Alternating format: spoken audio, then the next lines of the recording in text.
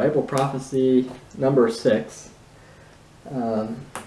You'll hear people say a lot of times, the Bible is just too hard to understand. The Bible's too hard to understand. Well, you know what? People are actually right when they say that. Lost people are. Because of a verse that's in the Bible here, I'll show you. It's in 1 Corinthians chapter 2.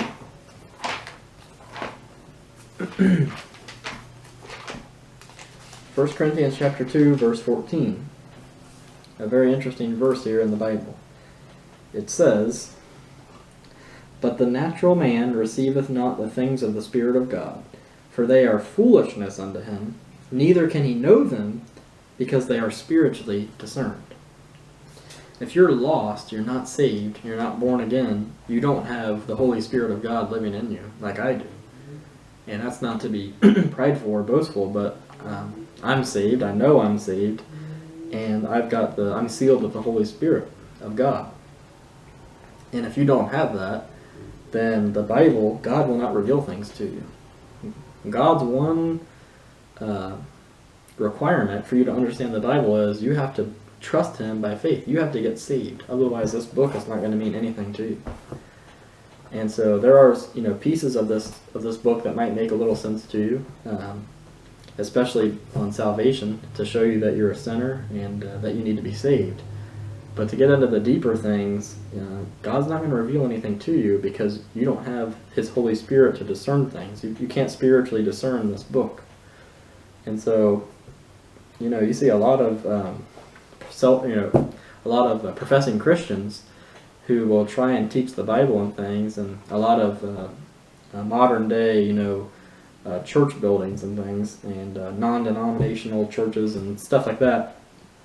You see these people, people don't even carry a Bible to church most of the time anymore because, one, there's so many different versions, which I'm going to try and put a video up on that sometime, and two, people just give up on it. They put the verses up on the screen and things, but people don't follow along in a Bible.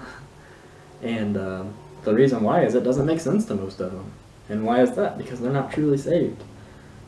There has to be millions, probably, of false converts of Christianity in the world, and that's one of the biggest.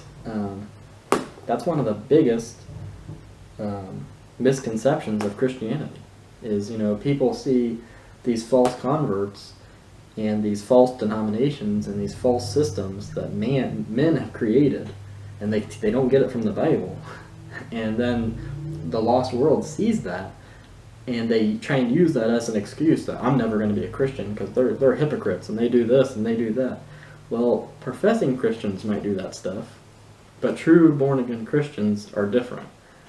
And it's such a small minority, you may never run across one. I know me and my wife both have gotten saved here in the last couple of years, or in the last 2 years, and there is just no Bible-believing Christians around.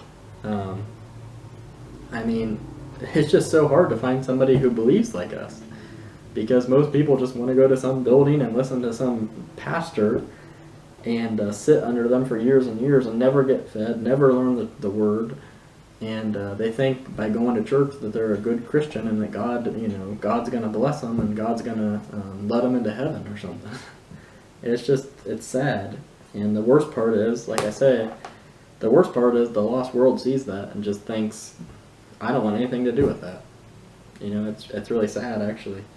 Not only are they false converts, it's sad that they're false converts and they don't know it, but the example they set, with their drinking and their smoking and their dirty jokes and all that kind of stuff. The lost world sees that and just thinks, I don't want to be a Christian. They're just hypocrites. So, but that's the point is, to understand this book, you've got to be saved. God will not bless you.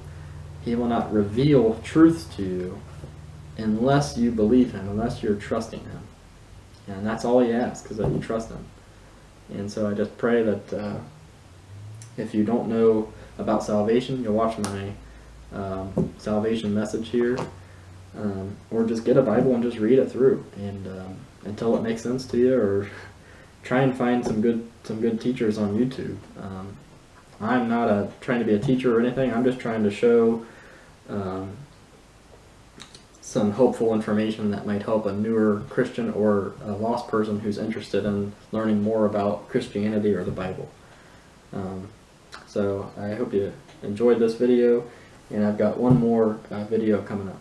And thanks for watching.